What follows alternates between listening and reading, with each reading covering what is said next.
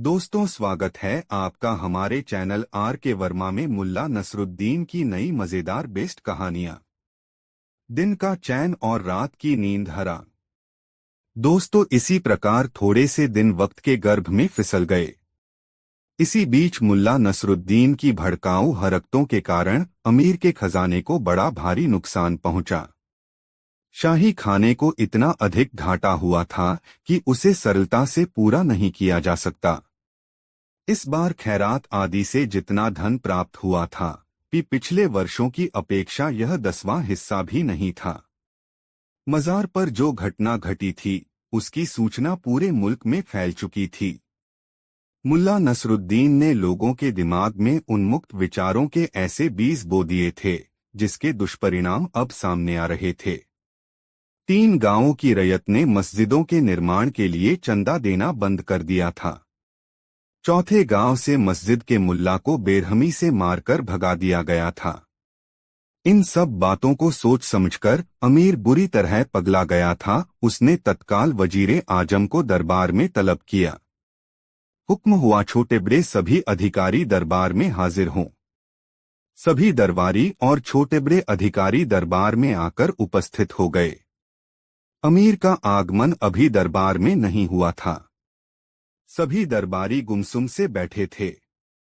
किसी की समझ में नहीं आ रहा था कि अमार ने ऐसे आनन फानन दरबार क्यों लगाया।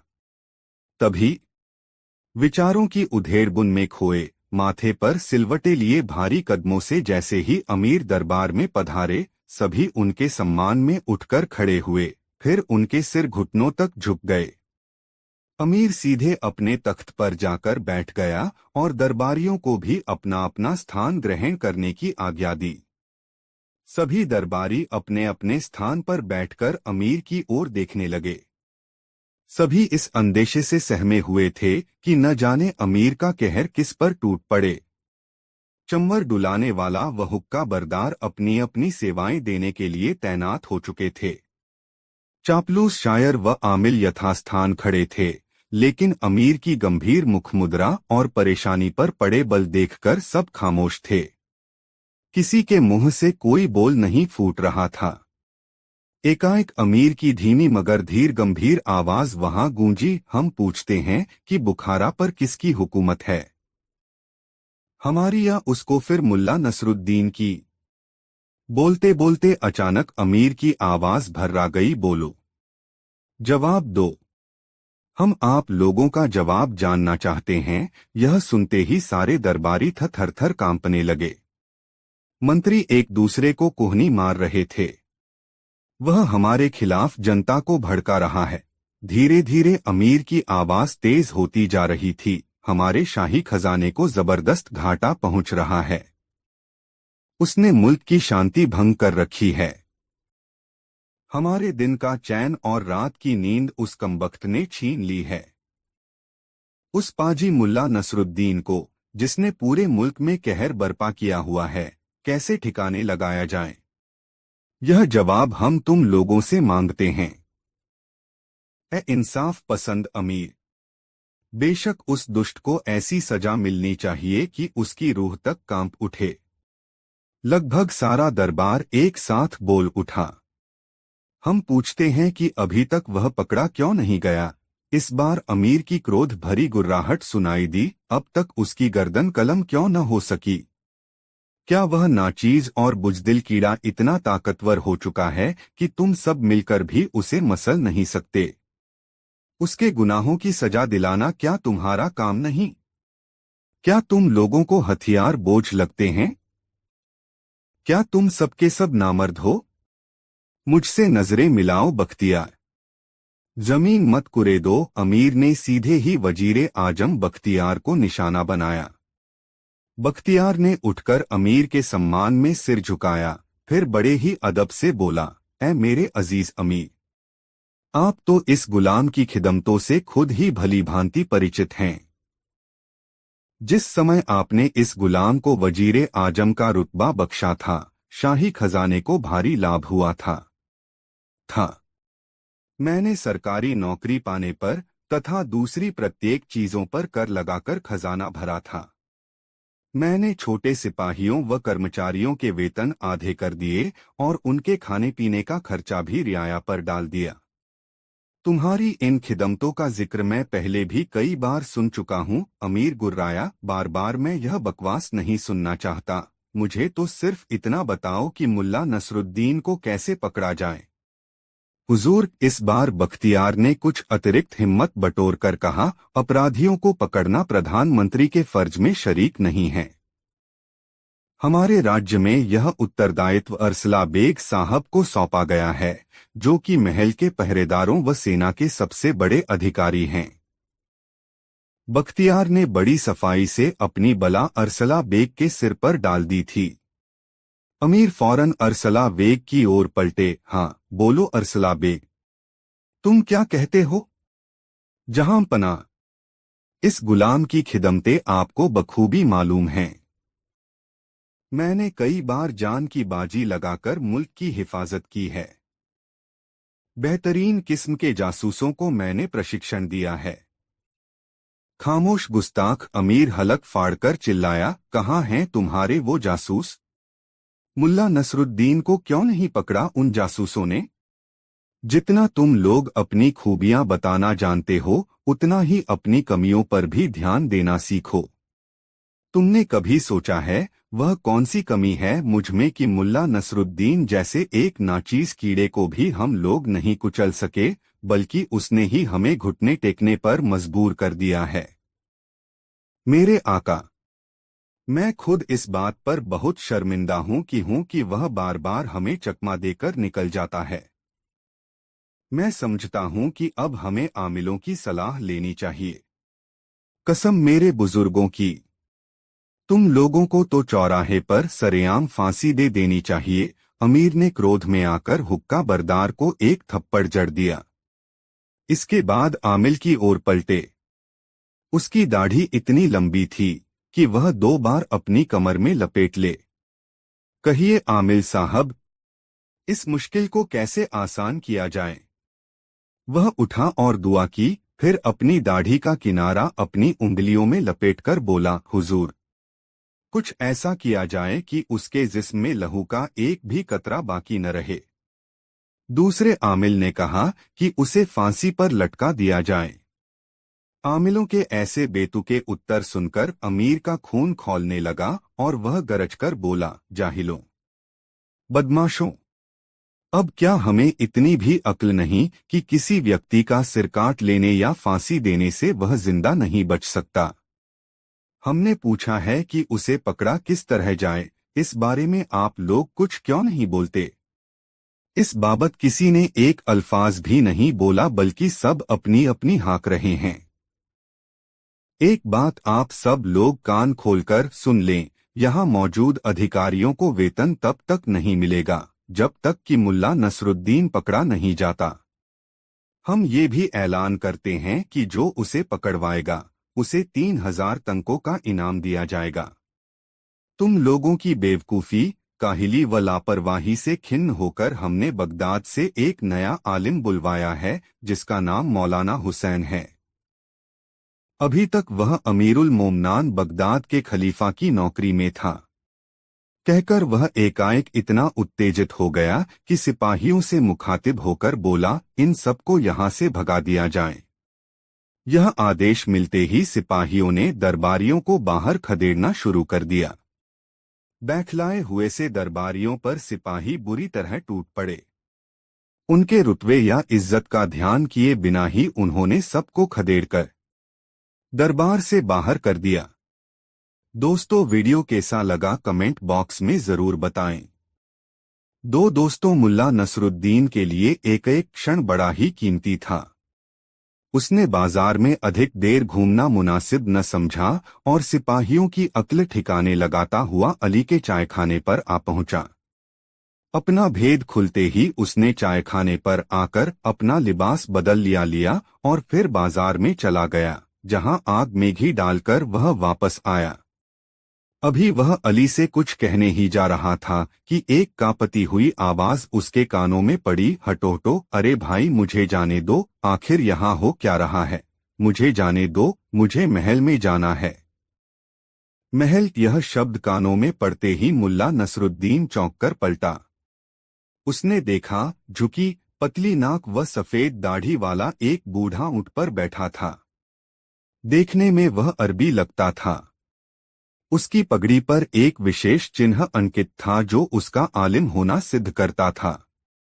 वहां मची मारकाट और दंगे फसाद से भयभीत होकर वह ऊंट के कुबड़ से चिपट गया था और एक आदमी उसे पकड़कर ऊंट से नीचे घसीटने की चेष्टा कर रहा था। बूढ़ा बुरी तरह घबराकर चिल्ला रहा था।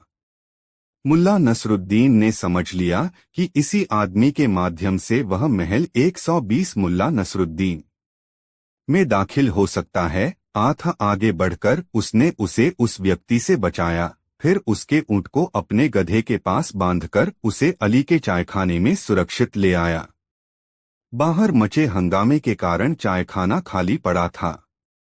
अरे भाई, आखिर यहाँ यह सब क्या हो रहा है? गदर मच रहा है। गदर, मुल्ला नसरुद्दीन ने उसे और अधिक डराते हुए पूछा। आप कौन हैं और कहाँ जाना चाहते हैं? मुझे तो महल में जाना है, अमीर से मिलने। बुजुर्गवार मुल्ला नसरुद्दीन ने उसे समझाया। अमीर से मिलना इतना आसान नहीं कि आप गए और अमीर से मिल लिए। उनसे मिलने के लिए तो लोगों को हफ्ता हफ्ता भर प्रतीक्षा करनी पड़ती है। महल में मेरा इंतजार हो रहा होगा।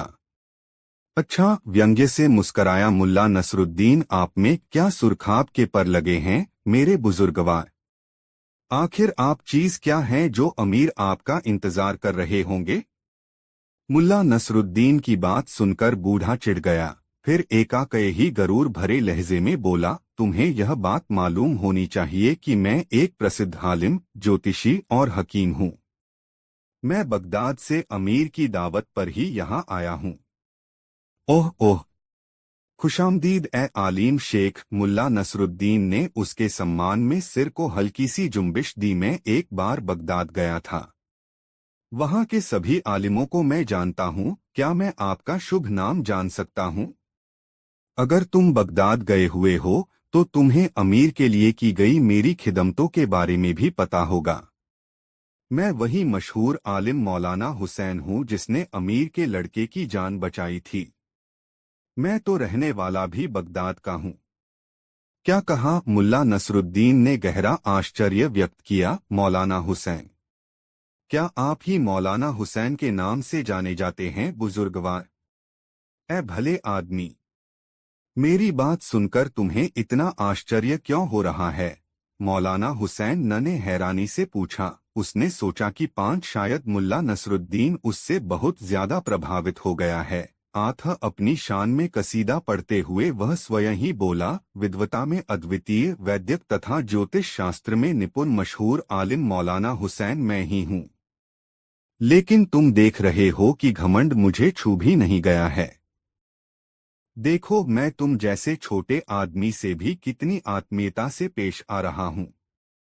बुजुर्ग ने सोचा कि यदि मैं इसके सामने अपने आप को बढ़ा चढ़ाकर पेश करूंगा तो ये दूसरे लोगों के बीच और अधिक बढ़ा चढ़ाकर मेरी तारीफ करेगा। इस प्रकार इस मुल्क में मेरा मान सम्मान होने लगेगा। आम लोगों में होने वाली चर्चा जासूसों और भेदियों की मार्फत अमीर तक पहुंचती है। उसका ख्याल था कि इस प्रकार उसकी विद्वता का सिक्का जम जाएगा। इसी कोशिश में उसने अपने पुराने आलिम मित्रों के बहुत से वाक्य दोहराए और सितारों के योग व आपस में उनके संबंध भी बताने शुरू किए। मुल्ला नसरुद्दीन ने बड़े गौर से उसकी बातों को सुना। वह एक एक बात अपने दिमाग में बैठाता जा रहा था। बूढ़ा अपनी ही री में बोले जा रहा था। वह इस बात से पूरी तरह बेखबर था कि मुल्ला नसरुद्दीन के दिमाग में कुछ और ही खिचड़ी पक रही थी। मौलाना की सारी बातें बड़े सब्र से सुनने के बाद मुल्ला नसरुद्दीन बोला, नहीं, विश्वास नहीं होता कि आप ही मौलाना हुसैन हैं। अरे दोस्त, विश्वास करो। विश्वास करो कि मैं ही मौलाना हुसैन हूँ। अपने शब्दों पर जोर देते हुए बूढ़े आलिम ने कहा, इसमें आश्चर्य की क्या बात है? आखिर तुम विश्वास क्यों नहीं करते? मुल्ला नसरुद्दीन ने चेहरे पर ऐसे भाव भाव पैदा किए मानो वह गहरी सोच में डूब गया हो, फिर एकाएक ही बोला, मेरे बुजुर्ग, लगता है आपकी शामत आने वाली है। अब आपको कोई नहीं बचा सकता। हे मेरे विद्वान आलिम, बुखारा में कदम रखने से पहले कम से कम अपने सितारे तो देख लिए होते। यह सुनते ही बूढ़े आलिम के हाथ से चाय का प्याला छूट गया। चाय का घंट हलक में जाकर ऐसा लगा कि उस पर खांसी का दौरा सा पड़ गया। पलक झपकते ही उसकी शेखी गायब हो गई। जैसे तैसे उसने अपने आप पर काबू पाया, फिर बोला, आप ऐसा क्यों कह रहे हैं भाई? आखिर बात क्या है? मुल्ला नसरुद्दीन ने बाजार की ओर इशारा करके कहा, क्या आपको मालूम नहीं कि यह सारी गड़बड़ी आपके ही कारण हुई है? मेरे कारण? मेरे कारण कैसे?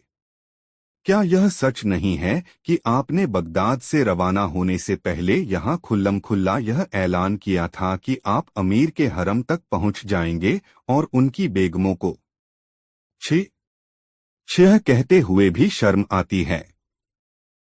हुसैन साहब, आपको ऐसी बात कहते हुए शर्म नहीं आई? यह सुनते ही बुजुर्ग का मुंह खुला का खुला रह गया। आंखें फटसी पड़ी और डर के मारे हिचकियां आने लगीं। वह कुछ कहना चाहता था, मगर उसकी आवाज ने उसका साथ नहीं दिया। हकलाती सी आवाज में वह केवल मिमियाकर रह गया। जबकि लोहा गर्म जानकर नसरुद्दीन ने पुनः चोट की।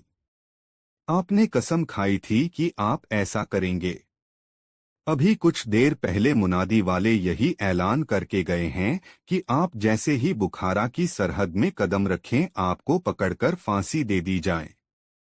इसी बात के जुनून में यहाँ के लोग हर छोटे बड़े देशी विदेशी आलिम के खून के प्यासे हो गए हैं, और क्या सैनिक क्या नागरिक, सब आपको ढूंढते फिर रहे हैं।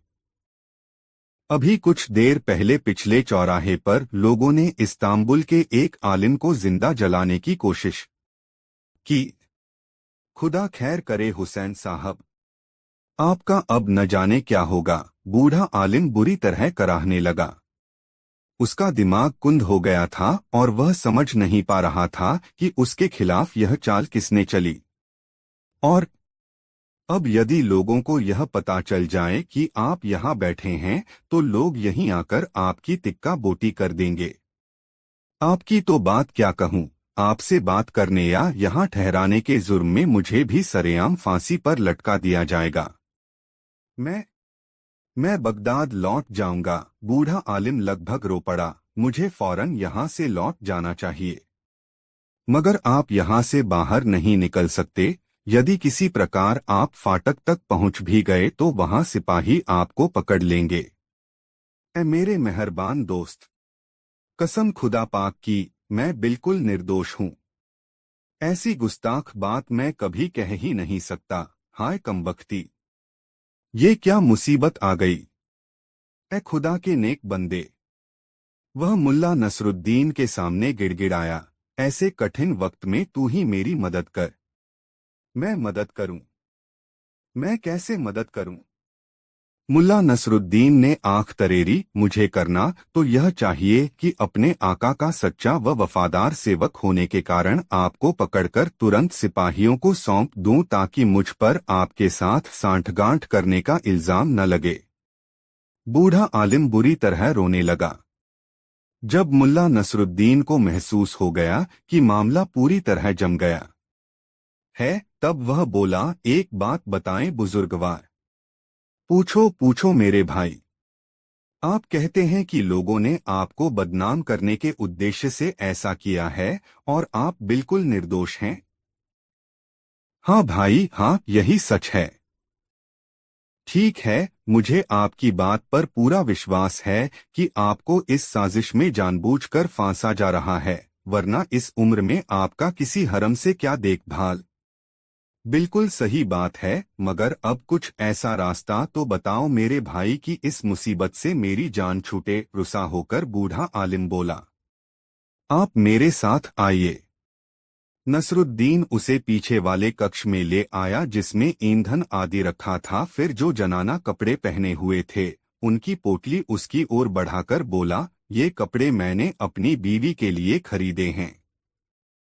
यदि आप चाहें तो आपकी पोशाक व साफे आदि से मैं इन्हें बदल सकता हूं। जनाने कपड़े पहनकर व नकाब से चेहरा ढककर आप सिपाहियों व जासूसों की नजरों से बच सकते हैं।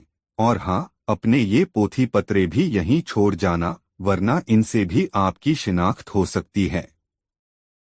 हाँ हाँ, यही ठीक रहेगा। बूढ़ा तुरंत अपने कपड़े उतारने लगा।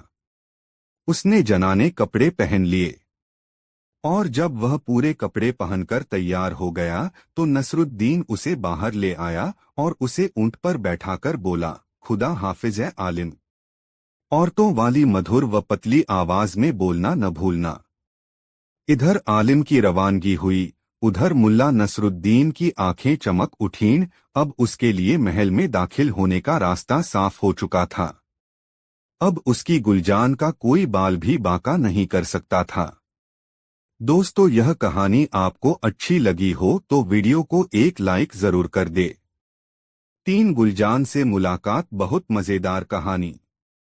प्रतीक्षा की घड़ियां जल्दी ही समाप्त हो गईं और वह घड़ी आ पहुंची जब मुल्ला नसरुद्दीन को अमीर के हरम में घुसने का हसीन मौका मिल गया। गुलजान को एक नजर देखने के लिए उसकी आंखें तरस रही थीं। हरम के मुख्य द्वार तक आते आते मुल्ला नसरुद्दीन ने रास्ते का पूरा नक्शा अपने दिमाग में बैठा लिया था। पूरे रास्ते में सख्त परा था। हिजरा उन्हें लेकर एक कमरे में आया। कमरे के बीचों बीच एक पर्दा लटक रहा था। उस बेशकीमती पर्दे के पीछे गुलजान एक नर्म बिस्तर पर बैठी थी। जीने पर्दे के पार उदास और गुमसुम बैठी गुलजान को मुल्ला नसरुद्दीन साफ साफ देख रहा था। अपनी प्यारी गुलजान को देखकर मुल्ला नसरुद्दीन के सीने में हुक्सी उठी और उसका दिल चाहा कि पर्दा हटाकर अंदर घुसे और अपनी गुलजान को सीने से लगा ले, मगर चाहकर भी वह ऐसा न कर सका। किसी प्रकार उसने अपने पर काबू पाया और धीरे से गुलजान को पुकारा, गुलजान। उसकी आवाज सुनते ही गुलजान के मुख से हैरत और दहशत भरी चीख निकल पड़ी। मुल्ला नसरुद्दीन को आशंका हुई कि घबराहट में कहीं गुलजान उसे असली नाम से न पुकार बैठे। आठ बड़ी जल्दी से वह बोला, मेरा नाम मौलाना हुसैन है। मैं नया हकीम नजूमी और आलिम हूँ और अमीर की खिदमत के लिए बगदाद से आया हूँ। तुम समझ रही हो न गुलजान? मैं बोलते बोलते वह रुका और अमीर की तरफ पलटा। शायद यह मेरी आवाज सुनकर डर गई है। हो सकता है कि अमीर आजम की गैर मौजूदगी में इस हिजड़े ने इसके साथ कोई बदसलूकी की हो। अमीर ने क्रोधित नजरों से हिजड़े को घूरा। हिजड़ा कांपता हुआ जमीन तक झुक गया। दहशत के मारे एक शब्द भी उसके हलक से न फूटा। ए गुलजान। मुल्ला नसरुद्दीन पुनः गुलजान से मुखातिब हुआ, तुम्हारे सिर पर मौत का साया मंडरा रहा है, लेकिन विश्वास रखो कि मैं तुम्हें बचा लूंगा। तुम्हें मुझ पर पूरा भरोसा करना चाहिए। मैं हर परेशानी, मुसीबत और रोग पर काबू पा सकता हूँ। मुल्ला नसरुद्दीन की आवाज वह लाखों में पहचान सकती थी। यह जानकर कि मुल्ला नसरुद्दीन उस तक आ पहुंचा है, उसकी खुशी का ठिकाना न रहा, मगर सावधान भी थी। वह जानती थी कि उसकी कोई भी गलत हरकत मुल्ला नसरुद्दीन का सिर कलम करवा सकती है। आठ बड़ी बारीक और धीमी आवाज में वह बोली, मैं आपकी बातें सुन रही हूँ। मैं आपको जानती हूँ तथा आपका विश्वास करती हूँ। ए गुलजान, तुम जरा मुझे अपना हाथ दिखाओ ताकि मैं तुम्हारे नाखूनों के रंग से तुम्हारी बीमारी का कारण जान सकूं। धीरे से रेशम का पर्दा हिला और रुई जैसा नाजुक हाथ बाहर आया। मुल्ला नसरुद्दीन ने धीरे से गुलजान का हाथ थाम लिया। सिर्फ उसका हाथ दबाकर ही सांकेतिक भाषा में वह अपने दिल की बात कह सकता है। वह जानता था कि जब उसने उसका हाथ दबाया तो धीरे से गुलजान ने भी उसका हाथ दबा दिया। मुल्ला नसरुद्दीन के दिल में हुक्सी उठी। वह कोई और भी हरकत कर सकता था यदि अमीर उसके कंधे पर न झुका होता। वह बड़े गौर से एक एक हरकत देख रहा था। मुल्ला नसरुद्दीन को अपने कंधे पर उसके सांस लेने की सरसराहट स्पष्ट सुनाई दे रही थी। मुल्ला नसरुद्दीन ने उसकी छोटी उंगली पकड़ ली और गौर से उसका नाखून देखने लगा। उसने चिंतित दृष्टि से अमीर की ओर देखा और गुलजान से पूछा, कहाँ दर्द है गुलजान? दिल में वह एक लंबी सांस लेकर बोली, मेरा दिल गम और चाहत से लबरेज है। तुम्हारे गम का कारण क्या है? मैं जिससे मोहब्बत करती हूँ उससे जुदा हूँ। मुल्ला नसरुद्दीन ने अमीर के कान में कहा, यह अमीर आजम की जुदाई में बीमार है। यह सुनते ही अमीर का चेहरा खिल उठा। गुलजान पुनः बोली, जिसे मैं दिलोजान से चाहती हूँ वह मुझसे जुदा है। मुझे लगता है कि मेरा प्यार मेरे बिल्कुल करीब है, लेकिन न तो मैं उसे गले ही लगा सकती हूँ और न ही प्यार कर सकती हूँ। हाय, न जाने वह मुबारक घड़ी कब आएगी जब वह प्यार से मुझे अपने गले लगाएगा। मुल्ला नसरुद्दीन ने गहरा आश्चर्य जाहिर किया, या अल्लाह! इतने थोड़े समय में ही शहंशाह ने इनके दिल पर कैसा जादू कर दिया है। वल्लाह, मरहबा! यह सुनकर अमीर की खुशी का कोई ठिकाना न रहा। वह एक जगह खड़े नहीं हो पा रहे थे, बल्कि आस्तीन में मुंह छिपाए पागलों की भांति खींखी करके हंस रहे थे। अमीर की हरकतें देखकर पर्दे के पीछे बैठी गुलजान बड़ी मुश्किल से अपनी हंसी रोक पाई। मुल्ला नसरुद्दीन ने पुनः उसे सांकेतिक भाषा में समझाना शुरू किया, गुलजान, तुम किसी प्रकार की चिंता मत करो। मैं तुम्हें प्रत्येक खतरे से बचा लूंगा। फिलहाल तो अमीर आजम तुम्हारे करीब नहीं आ सकेंगे, क्योंकि मैंने उन्हें आगाह कर दिया है कि सितारों का आदेश है कि वे किसी औरत का नकाब न उल्टे। लेकिन इसके बावजूद तुम्हारी खुशी का दिन निकट ही है। सितारे धीरे धीरे अपना अंदाज बदल रहे हैं। तुम समझ रही हो न गुलजान? सितारे शीघ्र ही मुबारक होंगे और तुम अपने प्यारे, अपने सपनों के शहजादे की बाहों में होगी। मैं जिस रोज तुम्हें दवा भेजूंगा उससे अगले रोज तुम्हारी खुशी का दिन होगा। हाँ, दवा पीने के अगले रोज तुम तैयार रहना अपने दामन में खुशियां भरने के लिए। गुलजान से यह खुशी बर्दाश्त नहीं हो पा रही थी। वह कभी रोती कभी हंसती। वह बोली, शुक्रिया ए मौलाना हुसैन, आपका लाख लाख शुक्रिया ए हकीम मौलाना हुसैन। मैं समझ गई कि मेरा प्यार मेरे बिल्कुल नजदीक है। मुझे लगता है कि उसके और मेरे दिल की धड़कनें एक हो गई हैं। मैं उसके बिना नहीं रह सकूंगी। और फिर उसे समझा बुझाकर मुल्ला नसरुद्दीन और अमीर हरम से वापस लौट आए। दरबार में आकर अमीर ने सोने के सिक्कों से भरी थैलियां मुल्ला को भेंट की। फिर मुल्ला नसरुद्दीन अपने आवास की ओर बढ़ गया। दोस्तों, वीडियो को एक लाइक जरूर कर दे। 4 दोस्तों, सेठ रोशन अली के घर एक उत्सव का आयोजन था। उस उत्सव के बाद सामूहिक भोज था। रोशन अली ने भोज के लिए शहर के सभी नामी गिरामी लोगों को न्योता भेजा था। न्योता मुल्ला नसीरुद्दीन को भी भेजा गया था। मुल्ला नसीरुद्दीन को इस तरह के किसी भी आमंत्रण से कोई प्रसन्नता नहीं होती। वह यह समझता था कि लोग अपना रुतबा दिखाने के लिए उसे अपने यहाँ दावत पर बुलाते हैं कि वे समाज को दिखला सकें कि देखो, मुल्ला नसीरुद्दीन जैसा बुलंद दिमाग इंसान भी मेरे घर आता है। वैसे मुल्ला नसीरुद्दीन खुद को बुलंद दिमाग इंसान मानता हो, ऐसी बात भी नहीं थी। उसके जितने भी हैरतंगेज कारनामे थे वे अनायास ही घटित हो गए थे। मुल्ला नसीरुद्दीन जब कभी भी अपने में झांककर खुद को पहचानने की कोशिश करता तो पाता कि वह एक विवश इंसान है जिसे प्रतिदिन अपना और अपनी पत्नी के भोजन के लिए मजदूरी करनी होती है।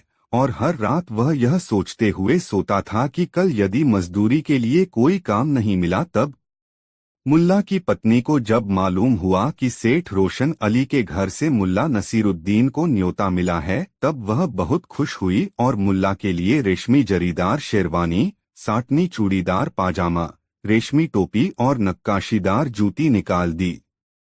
मगर भोज के दिन मुल्ला नसीरुद्दीन सुबह से ही अपने दरवाजे के पास की खाली जमीन में सब्जियों के पौधे लगाने में व्यस्त हो गया। भोज का उसे ख्याल ही नहीं रहा। अचानक उसकी बेगम को ही याद आया कि आज तो मुल्ला को सेठ रोशन अली के घर भोजन करने जाना था। वह रसोई से निकली और दरवाजे पर आकर उसने मुल्ला को याद दिलाया, कैसे हो तुम? किसी काम में लग जाओ तो तुम्हें दीन दुनिया का भी अतापता नहीं रहता। आज तुम्हें सेठ रोशन अली के घर भोज खाने जाना है। हाँ हाँ, याद है मुझे। बस 2 पौधे बच गए हैं, उन्हें लगाकर निकल जाऊंगा। तुम चिंता मत करो, मुल्ला नसीरुद्दीन ने अपनी बेगम से कहा। बेगम फिर रसोई में चली गई। मुल्ला नसीरुद्दीन ने पूरी तन्मयता से 2 पौधे और रोपे, फिर हाथ की मिट्टी झड़ता हुआ उठा और अपने गधे को खोला। जिस हाल में मुल्ला था उसी हाल में निकल गया सेठ रोशन अली के घर जाने के लिए। जब गधा आधा रास्ता तय कर चुका तब मुल्ला को याद आया कि उसने आज स्नान नहीं किया।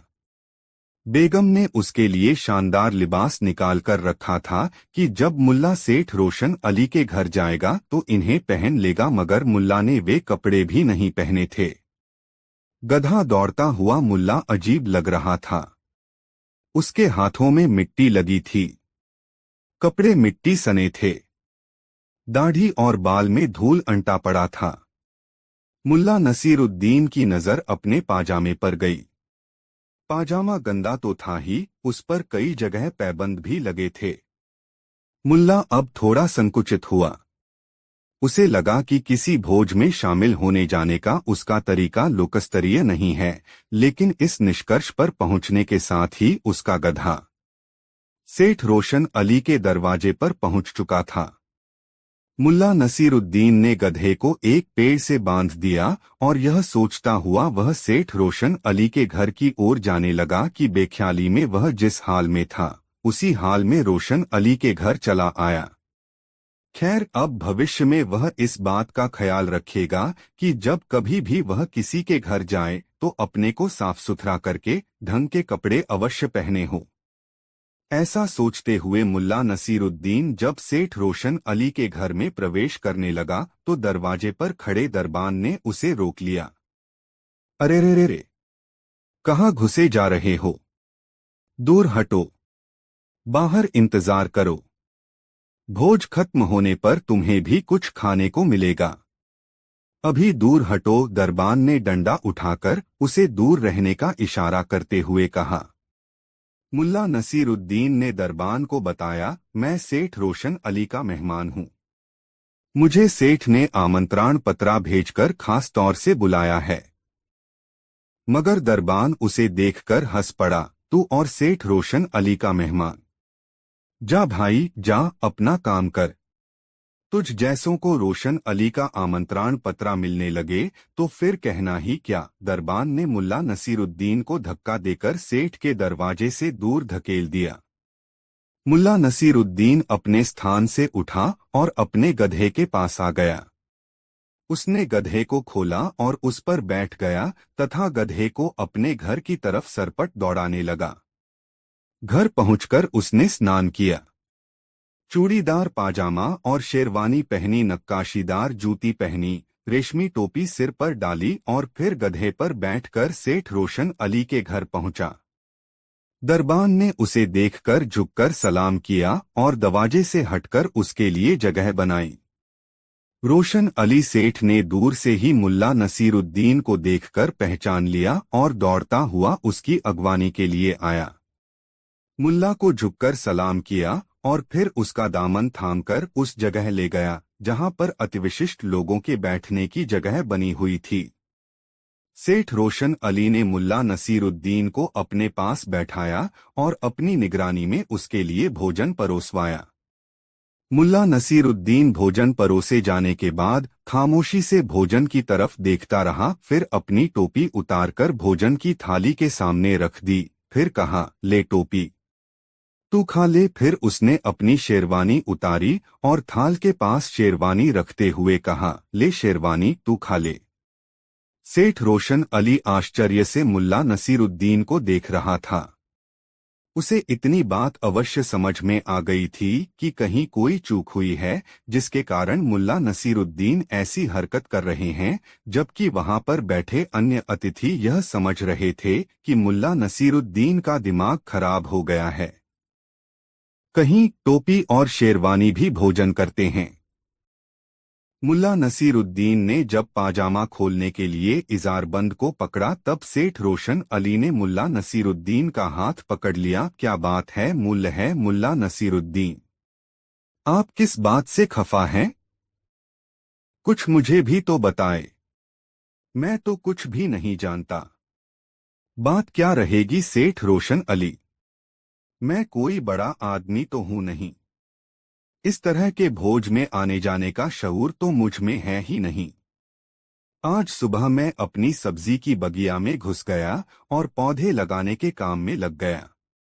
मेरी बेगम ने मुझे याद दिलाया कि सेठ रोशन अली साहब के घर से न्योता है। मैं हाथ का काम निपटाकर यह सोचकर तुरंत चल पड़ा कि बड़े लोगों के घर से यदि बुलावा हो तो समय का ख्याल जरूर रखना चाहिए।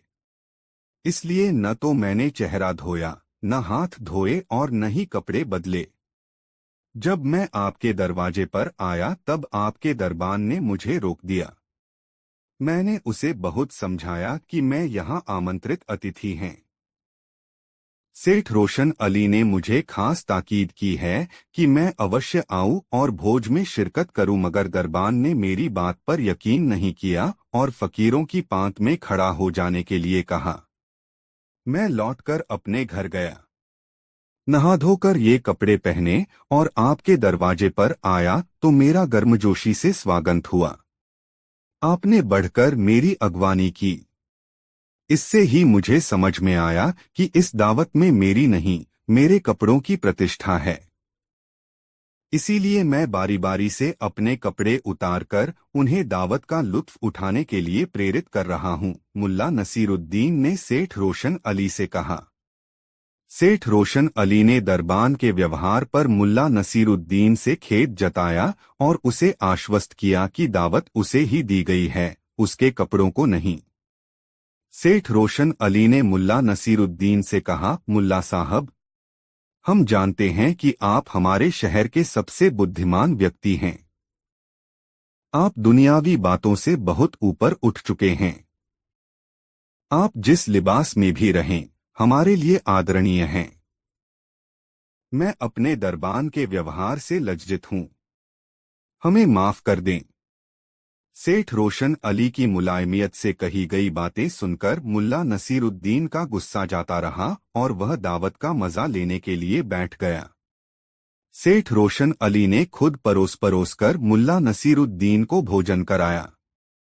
मुल्ला नसीरुद्दीन खूब तृप्त होकर सेठ रोशन अली के घर से अपने घर वापस आया। 3 मौलाना हुसैन बने नसरुद्दीन। नई मजेदार कहानी। लड़ाई लगभग शांत हो चुकी थी। अधिकांश नागरिक अपने अपने घरों में जा चुके थे। सैनिक बाजार के चप्पे चप्पे पर फैल चुके थे। बहुत से लोग गिरफ्तार हुए थे। अधिकांश बाजार बंद हो चुका था। इक्का दुक्का छोटी मोटी दुकानें ही खुली हुई थीं। उधर अमीर ने दरबार की आपातकालीन सभा बुलाई हुई थी। मरघट जैसा सन्नाटा सभा में छाया हुआ था। हर छोटा बड़ा अधिकारी वहां मौजूद था, मगर सभी के चेहरों पर डर, दहशत और आशंका के साए लहरा रहे थे। अमीर अपने शानदार तख्त के सामने पीठ पर दोनों हाथ बांधे बड़ी बेचैनी से चहलकदमी कर रहे थे। एक ओर प्रधानमंत्री बख्तियार और अरसला बेग खड़े थे। उन दोनों के चेहरों पर फटकार सी बरस रही थी। दिल ही दिल में वे मुल्ला नसरुद्दीन को करोड़ों गालियां बक चुके थे, इसके बावजूद भी गालियों का सिलसिला जारी था। एकाएक अमीर रुके और सब पर एक दृष्टि डालकर बोले, यहाँ जो भी कुछ हुआ या हो रहा है सब आप लोगों के सामने है। अब आप लोगों की क्या राय है? इस मुसीबत से कैसे छुटकारा पाया जाए, यह सवाल हम पहली बार नहीं कर रहे हैं। सब मौन थे, कोई कुछ न बोला। सब सिर झुकाए बैठे रहे। उन्हें खामोश देखकर एकाएक अमीर की मुखमुद्रा बदल गई। उनके चेहरे पर भूकंप के से भाव दिखाई देने लगे। अब तो कई लोगों की जुबानें तालू से जा लगीं, हलक सूख सूख गए। सबसे बुरा हाल बख्तियार और अरसला बेग का था। मुल्क में अमन चैन का पूरा दारोमदार उन्हीं पर था। मगर इससे पहले कि अमीर कोई सख्त हुक्म जारी करते कि एक कर्मचारी उनके सम्मुख हाजिर हुआ और बोला, आका का इकबाल बुलंद रहे। महल के फाटक पर एक अजनबी आया हुआ है जो खुद को बगदाद का आलिम मौलाना हुसैन बताता है। उसका कहना है कि मौलाना हुसैन अमीर ने उसकी पूरी बात सुने बिना ही हुक्म दंदनाया, उन्हें अदब के साथ भीतर लाया जाए। कर्मचारी चला गया। अमीर के चेहरे का तनाव तेजी से कम होने लगा। उनके चेहरे पर विश्वास के ऐसे चिन्ह दिखाई देने लगे मानो अब उनकी सारी परेशानियां दूर होने वाली हों। कुछ देर बाद आलिम मौलाना हुसैन लगभग दौड़ता हुआ दरबार में आया। ऐ मेरे आका, इस जगत के चांद सूरज, दुनिया के सरताज, अमीर आजम, यह गुलाम आपके लिए दुआ करता हुआ रात दिन सफर करके एक बड़े खतरे से आगाह करने आया है। अमीर मुझे बताएं कि क्या आजकल कोई नई औरत आपके जीवन में आई है या आने वाली है? क्या अमीर उससे मिले हैं? क्या कहा औरत? अमीर ने तख्त पर बैठे बैठे बेचैनी से पहलू बदला। हाँ, एक औरत लाई तो गई है, मगर हम अभी उससे मिले नहीं, बल्कि इरादा बना रहे हैं। खुदा का शुक्र है, खुदा का लाख लाख शुक्र है। मुल्ला नसरुद्दीन ने राहत की सांस ली, फिर उठा और दोनों हाथ आसमान की ओर उठाकर बोला, अल्हम्दुलिल्लाह, अल्लाह ने विद्वता और गंभीरता का सितारा डूबने से बचा लिया। मैं अमीर आजम को बता देना चाहता हूं कि कल रात सितारों व ग्रहों की स्थिति ऐसी थी जो कि उनके लिए काफी खतरनाक थी। इस नाचीज गुलाम ने, जो कि अमीर के कदमों की धूल चूमने के काबिल भी नहीं, सितारों की चाल देखकर यह पता लगाया है कि जब तक सितारे शुभ घरों में दाखिल न हो जाएं, तब तक अमीर को किसी भी औरत के संपर्क में नहीं आना चाहिए। साथ ही यह भी सच है कि यदि आप ज्योतिष शास्त्र की चेतावनी का अपमान करते हैं तो आपकी बर्बादी सुनिश्चित है। यह तो अल्लाह का शुक्र है कि मैं सही समय पर पहुंचकर आपको सावधान कर सका। अमीर ने बीच में ही उसे टोका, तुम कहना क्या चाहते हो मौलाना हुसैन? मुल्ला नसरुद्दीन भी अपनी किस्म के एक ही शख्स थे। पूरे आत्मविश्वास से वह बोलते चले गए, मेरे आका, मुझे इस बात की बड़ी खुशी है कि मैं ठीक समय आपको सचेत करने आ पहुंचा हूं। मैं आज के दिन अमीर को किसी औरत को छूने से रोक सका, मेरे आका। मैंने सारी प्रजा को गमगीन होने से बचा लिया। मुल्ला नसरुद्दीन प्रसन्नता और आत्मविश्वास का ऐसा प्रदर्शन कर रहा था कि अमीर को उसकी बात पर विश्वास करना ही पड़ा। जब मुझे अमीर आजम का हुक्म मिला कि मैं उन्हें अशुभ ग्रह नक्षत्रों के अनिष्टकारी प्रभाव के विषय में सचेत करूं, तो मुझे बड़ी खुशी हुई और मैं जरूरी तैयारियां करके तुरंत ही बुखारा के लिए चल दिया। मैंने चलने से कई दिन पहले अमीर की जन्मपत्री तैयार की और उसी समय से अमीर की खिदमत में जुट गया। कल जैसे ही मैंने खगोल नक्षत्रों की जांच की तो पता चला कि वे अमीर के लिए अशुभ व अनिष्टकारी राशि में हैं। सितारा अलशुला, जो डंक की अलामत है, सितारा अलकल्ब, जो दिल का सूचक है, के मुकाबले गर्दिश में है। आगे मैंने 3 सितारे अनलगफ, जो कि औरत के नकाब की अलामत हैं, 2 सितारे अलिकलील, जो कि ताज की अलामत हैं, तथा 2 सितारे अशरतान, जो सींग की अलामत हैं, देखे। मुल्ला नसरुद्दीन एक पल के लिए रुका, फिर कई गहरी सांसें लीं और दरबार का जायजा लिया। सभी दम साधे उसकी बकवास सुन रहे थे। वह धारा प्रवाह इस प्रकार बोले जा रहा था मानो बहुत बड़ा आलिम हो।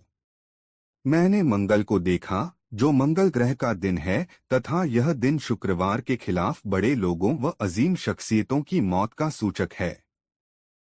अमीरों के लिए बड़ी ही बदशगुनी का प्रतीक है।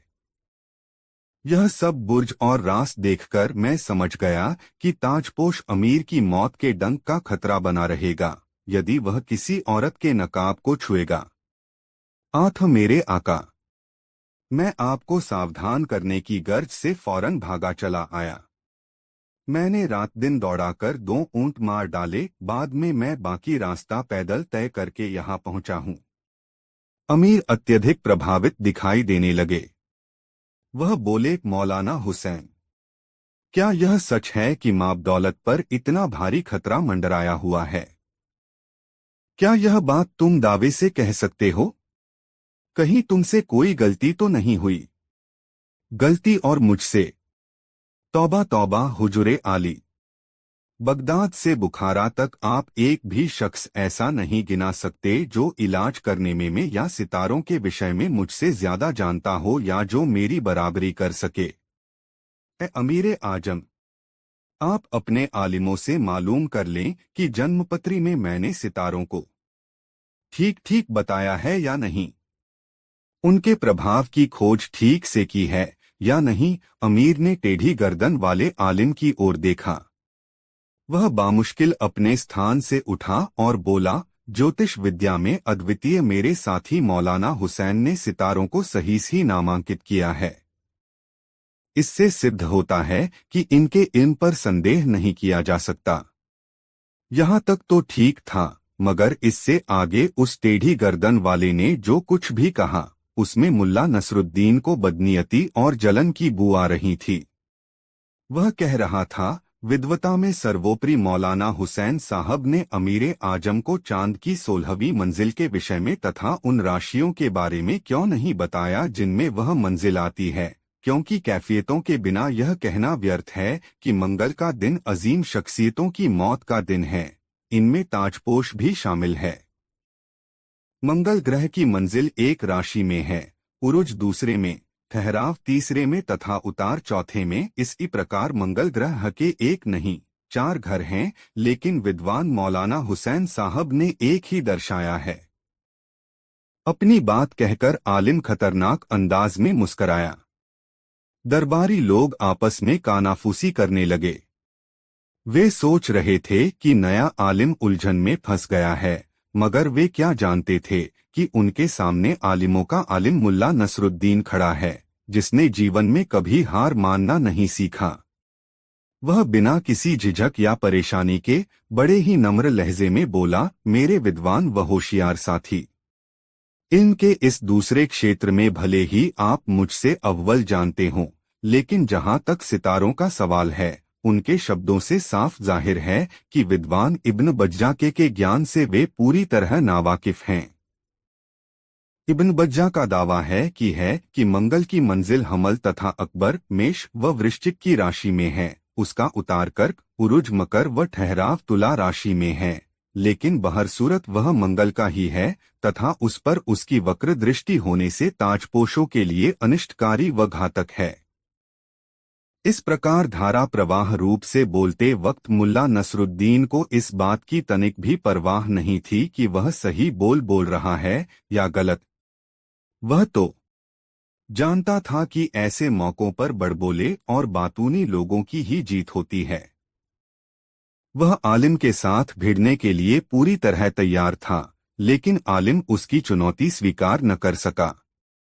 दरबारी उल्टे उसे ही घूरने लगे, क्योंकि मुल्ला नसरुद्दीन के धारा प्रवाह बोलने से वे काफी प्रभावित दिखाई दे रहे थे। यदि तुमने सभी सितारों का सही नाम व अनुभव बताया है, एकाएक ही अमीर बोल उठे, और तुम्हारी बात पूरी तरह ठीक है, तो भी हमारी समझ में एक बात नहीं आ भा रही है कि हमारी जन्मपत्री में सितारे अशर्तान कहाँ से आ गए, जो कि सींगों की अलामत निशानी हैं। मौलाना हुसैन, तुमने वास्तव में ठीक समय पर आकर हमें सचेत किया है, क्योंकि आज सवेरे ही एक जवान लड़की हमारे हरम में लाई गई है। हम उससे मिलने की तैयारी। नहीं मेरे आका। नहीं, एकाएक ही खौफजदा होते हुए मुल्ला नसरुद्दीन चीखा, उसे अपने ख्यालों से ही दूर कर दीजिए। आपके लिए तो उसके बारे में सोचना भी गुनाह है।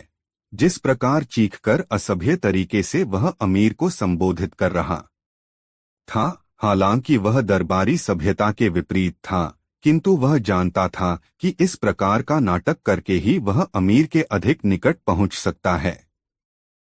इसे अमीर के प्रति उसकी वफादारी ही माना जाएगा। इस प्रकार उसने अमीर से उस लड़की को न छूने की पूरी गर्मजोशी से आरजू मिन्नत की। वह बोला, ऐ मेरे अमीरे आजम, मैं चाहता हूं कि मुझे आंसुओं का दरिया बहाना न पड़े और न ही गम का काला लिबास पहनना पड़े। मौलाना हुसैन के इस परामर्श से और परामर्श देने के ढंग से अमीर अत्यधिक प्रभावित दिखाई देने लगे। वह बोले, मौलाना हुसैन, घबराओ मत, तसल्ली रखो, हम अपनी रियाया के दुश्मन नहीं हैं जो हम उसे आंसू बहाने पर मजबूर करें। हम तुम्हें विश्वास दिलाते हैं कि हम अपने जीवन की पूरी हिफाजत करेंगे, क्योंकि हमारा जीवन हमारी रियाया की अमानत है। मेरा विश्वास करो कि तुम्हारी सलाह के बिना हम उसका तो क्या, किसी भी औरत का मुंह नहीं देखेंगे। फिर उन्होंने हुक्का गुड़गुड़ाया। उसके बाद हुक्के की नली आलिम की ओर बढ़ा दी। नए आलिम ने सिर झुकाकर तहेदिल से अमीर की इस मेहरबानी को कबूल किया। यह देखकर सभी दरबारी ईर्ष्या से जल उठे। प्रधानमंत्री बख्तियार और सेनापति अरसला बेग तो ऐसा महसूस कर रहे थे जैसे उन्हें भरे दरबार में नंगा कर दिया गया हो। तभी अमीर ने ऐलान किया, माबदौलत नए आलिम मौलाना हुसैन को अपने राज्य का विद्वान शिरोमणि मुकर्रर करने की मेहरबानी करते हैं। उनकी विद्वता तथा ज्ञान, साथ ही माबदौलत के प्रति वफादारी लोगों के लिए मिसाल है। अमीर बोलते जा रहे थे और दरबार के मुहर्रिर तेजी से रजिस्टरों पर अपनी कलम चला रहे थे।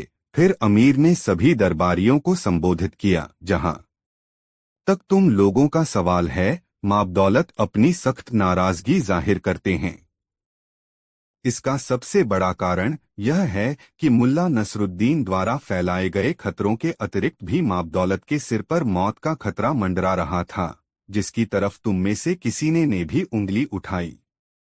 मौलाना ना हुसैन, जरा इन न मुखों के इन मुखा चेहरे तो देखो, बिल्कुल गधे नजर आते हैं। वास्तव में पूरी दुनिया में किसी भी बादशाह ने ऐसे लापरवाह मंत्री न रखे होंगे।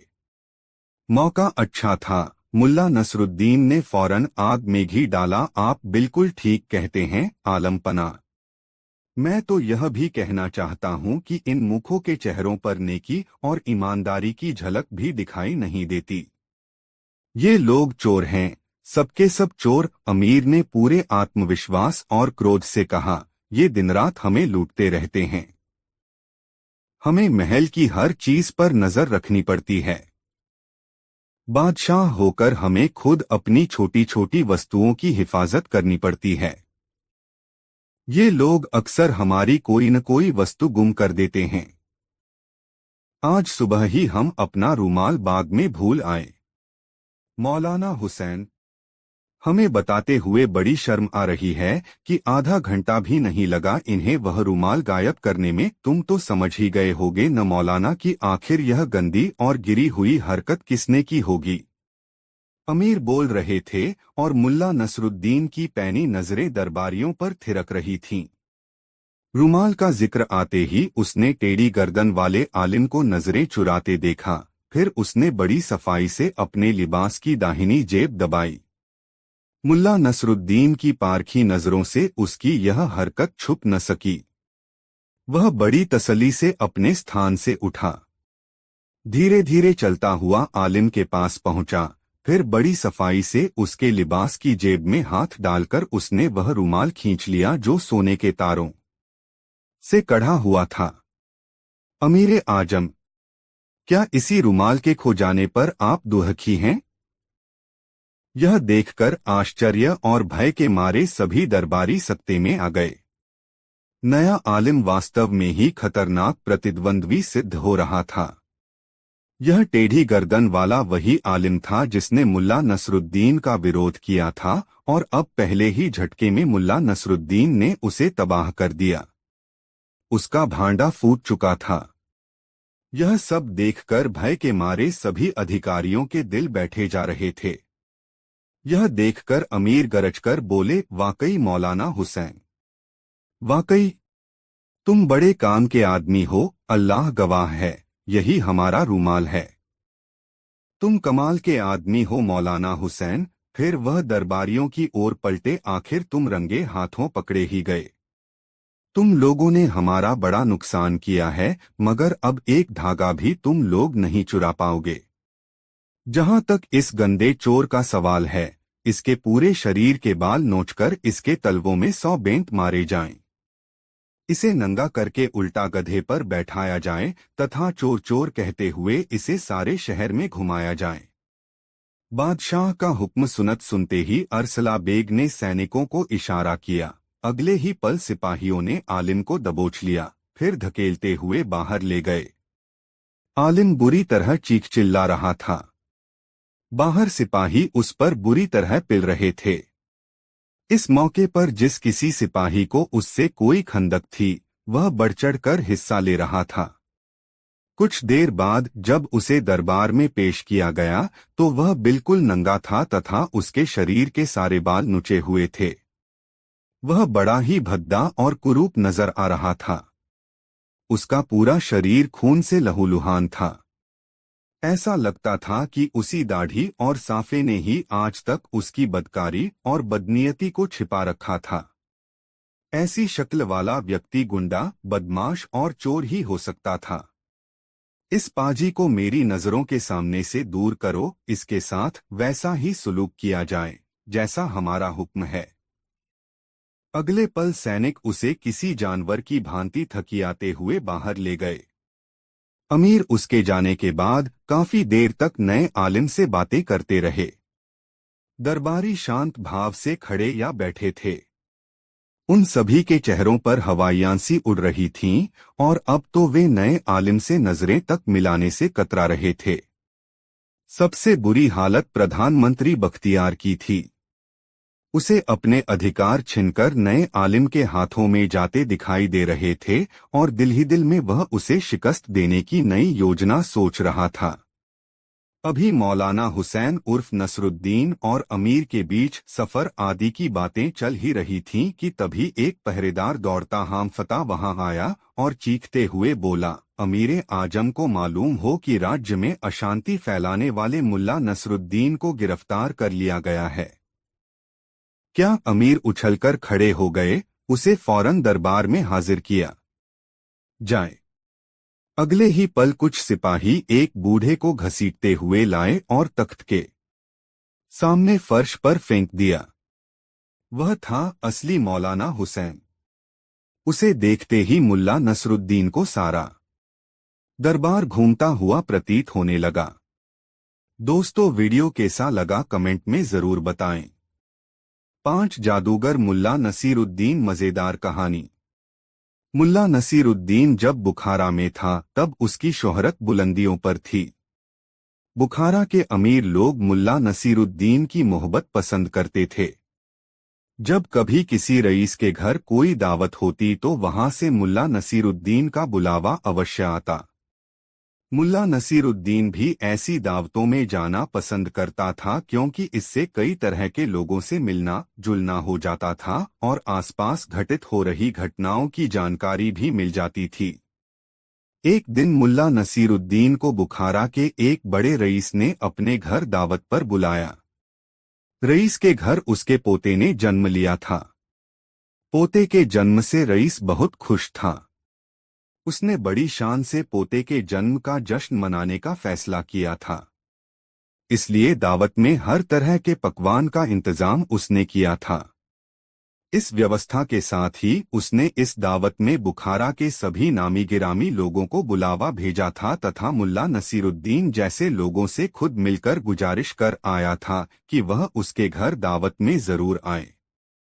दावत के समय जब मुल्ला नसीरुद्दीन रईस के घर पहुंचा, उस समय तक रईस के लगभग सभी अतिथि वहां आ चुके थे। अतिथियों के बीच मुल्ला नसीरुद्दीन अपनी पतली लंबी दाढ़ी और अपनी नोकदार टोपी के कारण सबके आकर्षण का केंद्र बना हुआ था। लोग चैड्डियों में खड़े बातें कर रहे थे। रईस के आग्रह पर दावत आरंभ हुई। दावत के दौरान रईस ने अपनी दौलत का हर संभव प्रदर्शन किया था। सोने की थाली, चांदी के कटोरे, सोने के चम्मच का दावत के दौरान भरपूर उपयोग हुआ था। मुल्ला नसीरुद्दीन के आगे वाली पांत में भोजन करने के लिए एक नीली शेरवानी वाला आदमी बैठा हुआ था।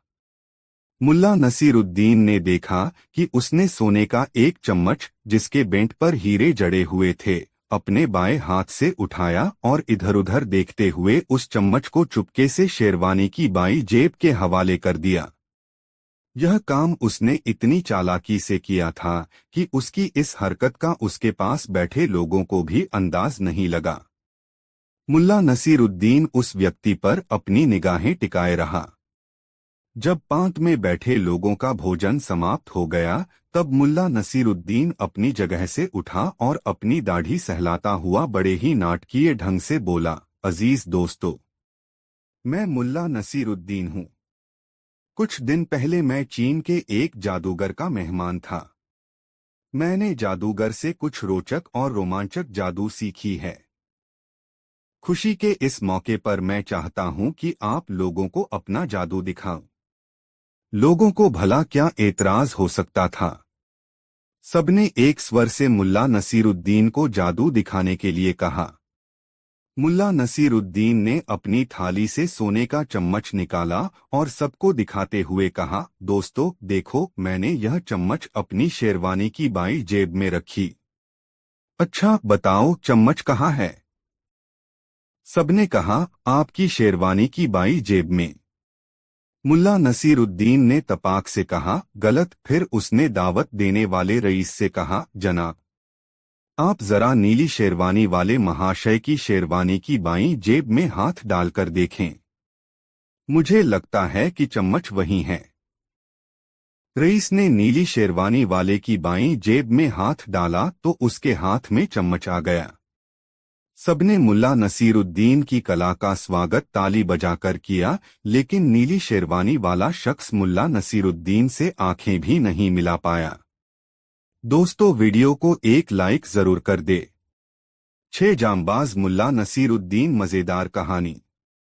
मुल्ला नसीरुद्दीन बगदाद जा रहा था। रास्ते में वह एक सराय में रुका। सराय में कुछ अफीमची पहले से डेरा जमाए हुए थे। जब मुल्ला नसीरुद्दीन पर उनकी नजर पड़ी तो उन्होंने उसे अपनी चैकड़ी में शामिल कर लिया। पहले तो उनके बीच सामान्य शिष्टाचार की बातें हुईं। फिर धीरे धीरे बातूनी अफीमचियों की बनाई। मुल्ला नसीरुद्दीन के पास उनकी बातें सुनने के अलावा कोई चारा नहीं रहा। उन अफीमचियों में एक व्यक्ति सुल्तानी सेना का सिपाही था। उसने हाकना शुरू कर दिया है, दोस्तों, आज मैं तुम लोगों के बीच हूं। यह तुम लोगों के लिए किस्मत की बात है। जानते हो क्यों? इसलिए कि मैं एक ऐसा सिपाही हूं जिसकी वीरता की गूंज आज भी सुल्तानी सेना में बरकरार है। 5 साल पहले जो युद्ध हुआ था, उसकी चर्चा तुम लोगों ने सुनी होगी। उस युद्ध में मैं भी लड़ा था। एक दिन दुश्मनों के सैकड़ों सिपाहियों ने मुझे घेर लिया। मैं जरा भी नहीं डरा। अपने दोनों हाथों में तलवार लेकर मैं दाएं बाएं, आगे पीछे चकर घिन्नी की तरह तलवार चलाता रहा और दुश्मनों की गर्दनें कटती रहीं। कचा छपाक खच। थोड़ी देर में ही दुश्मन सेना के सारे सिपाहियों की लाशें युद्धभूमि में बिछ गई। मुल्ला नसीरुद्दीन अब तक उस सिपाही की बातें बड़े गौर से सुन रहा था। उस सिपाही के चुप होते ही मुल्ला नसीरुद्दीन ने अपनी दाढ़ी सहलाते हुए कहा, मैंने भी एक बार दुश्मन सेना के सिपाही के दोनों पैर तलवार के एक ही प्रहार से उड़ा दिए थे। खचाक। मुल्ला नसीरुद्दीन ने तलवार चलाने का अभिनय करते हुए कहा। अफीमचियों की तंद्रा अचानक टूटी और वे मुल्ला नसीरुद्दीन की तरफ अचरज भरी नजरों से देखने लगे। उनमें से एक ने मुल्ला नसीरुद्दीन से पूछा, क्यों भाई, तुमने सिर क्यों छोड़ दिया, पैर क्यों काट दिए? इसमें कोई राज की बात है तो बताओ। राज की बात क्या खाक होगी, मुल्ला नसीरुद्दीन ने हंसते हुए कहा, अरे भाइयों, मैंने दुश्मन के दोनों पैर इसलिए काटे थे कि उसके सिर पहले ही धड़ से अलग किए जा चुके थे। मुल्ला नसीरुद्दीन की बात सुनकर सभी हंसने लगे। उनको हंसता छोड़कर मुल्ला नसीरुद्दीन अपने कमरे में चला आया। दोस्तों, कहानी कैसी लग रही कमेंट में जरूर बताएं। साथ मुल्ला की सीख मजेदार स्टोरी। मुल्ला नसीरुद्दीन का हर काम लाजवाब होता था। उसने एक बार अपने घर के कामकाज के लिए एक नौकर रखा। नौकर रखने के बाद मुल्ला नसीरुद्दीन ने सोचा, यह नौकर अभी से अपने काम के प्रति सतर्क रहे, यह जरूरी है। जरूरी यह भी है कि यह मुस्तैदी से काम करे और अपने काम के प्रति कभी लापरवाह नहीं हो। वह सोचने लगा, ऐसा क्या किया जा सकता है जिससे यह नौकर आज से, अभी इसी वक्त से ऐसा हो जाए कि इससे कभी कोई गलती न हो। सोचते सोचते मुल्ला को कुछ ख्याल आया और उसने फौरन नौकर को बुलाया। नौकर सकुचाता हुआ उसके पास आया तो उसने कहा, देखो, सामने मिट्टी का घड़ा रखा है, उस घड़े में पानी भरकर ले आओ। आदेश मिलते ही नौकर घड़ा लेने के लिए मुड़ा। तभी मुल्ला नसीरुद्दीन ने कहा, अबे ठहर, पहले मेरी बात अच्छी तरह सुन ले। मुझे काम में कोई भी गड़बड़ी बर्दाश्त नहीं होती। मुल्ला यह बात बहुत तैश में बोल रहा था। उसके बोलने का ढंग ऐसा था मानो नौकर ने कोई गलती कर दी हो। गुस्से से तिलमिलाते हुए मुल्ला नसीरुद्दीन ने नौकर से कहा, खबरदार, यदि घड़ा फूटा तो तेरा सिर फोड़ दूंगा, समझा, गधा कहीं का। इतना कहते हुए मुल्ला नसीरुद्दीन ने नौकर के गाल पर एक जोरदार तमाचा जड़ दिया। अभी नौकर ने घड़ा हुआ भी नहीं था और उसके फूटने के एवज में उसके गाल पर तमाचा पड़ चुका था। उसकी समझ में कुछ नहीं आया कि किस कसूर की सजा उसे मालिक ने दी है। उसने सोचा, इस सिरफिरे आदमी के पास काम करना तो मुश्किल है, मगर वह जरूरतमंद था इसलिए काम छोड़ने की बात सोच भी नहीं सकता था। उसने सहमते हुए मुल्ला नसीरुद्दीन से पूछा, मगर मालिक, मैंने तो अभी घड़ा हुआ भी नहीं है, आखिर आपने मुझे क्यों मारा? अबे मूर्ख, मुल्ला नसीरुद्दीन ने नौकर से कहा, मैं भी जानता हूं कि घड़ा सही सलामत है। मैं तो तुम्हें यह बता रहा था कि तुम्हारी लापरवाही के कारण कोई चूक हो जाए तब तुम्हारे साथ कैसा सलूक किया जाएगा। तू ही बता, जब घड़ा टूट ही जाता तब तुम्हें सजा देकर मुझे क्या हासिल होता? तुम्हें सजा देने से तो यह घड़ा फिर से काम का नहीं हो जाता न, इसलिए पहले ही थप्पड़ का स्वाद चखाकर तुम्हें सावधान कर दिया है कि यदि तुमसे कोई चूक हुई तो तुम्हें किस अंजाम से गुजरना होगा। और सुन ले नामुराद, अब मुझे मालूम हो चुका है कि भले ही तुमसे कैसी भी गलती हो जाए, मगर तुमसे कभी भी और कहीं भी मिट्टी का घड़ा नहीं टूटेगा। जाओ, जाकर पानी लाओ। बेचारा नौकर मुल्ला नसीरुद्दीन की ओर देखे बगैर सीधे घड़े के पास पहुंचा और घड़े को इस सतर्कता से उठाया मानो वह संसार की सबसे बेशकीमती चीज उठा रहा हो। दोस्तों, यह कहानी आपको कैसी लगी कमेंट में जरूर बताएं। 8 दुआ कबूल हुई। बहुत मजेदार कहानी। मुल्ला नसरुद्दीन अक्सर सोचता था कि ऐसी क्या तिकड़म भिड़ाई जाए जिससे उसे हरम में घुसने का मौका मिले। वह खुदा से दुआएं करता कि या खुदा, तूने कई मुश्किल मौकों पर मेरी मदद की है, इस बार भी कोई ऐसा रास्ता निकाल जो मैं अपनी मासूम गुलजान को इसके चंगुल से बचा सकूं। उस बूढ़े बाप की दुआ कबूल कर मेरे अल्लाह, जिसका कलेजा अपनी बेटी के लिए तड़प रहा है। और फिर एक दिन जैसे खुदा ने उसकी दुआ कबूल कर ली।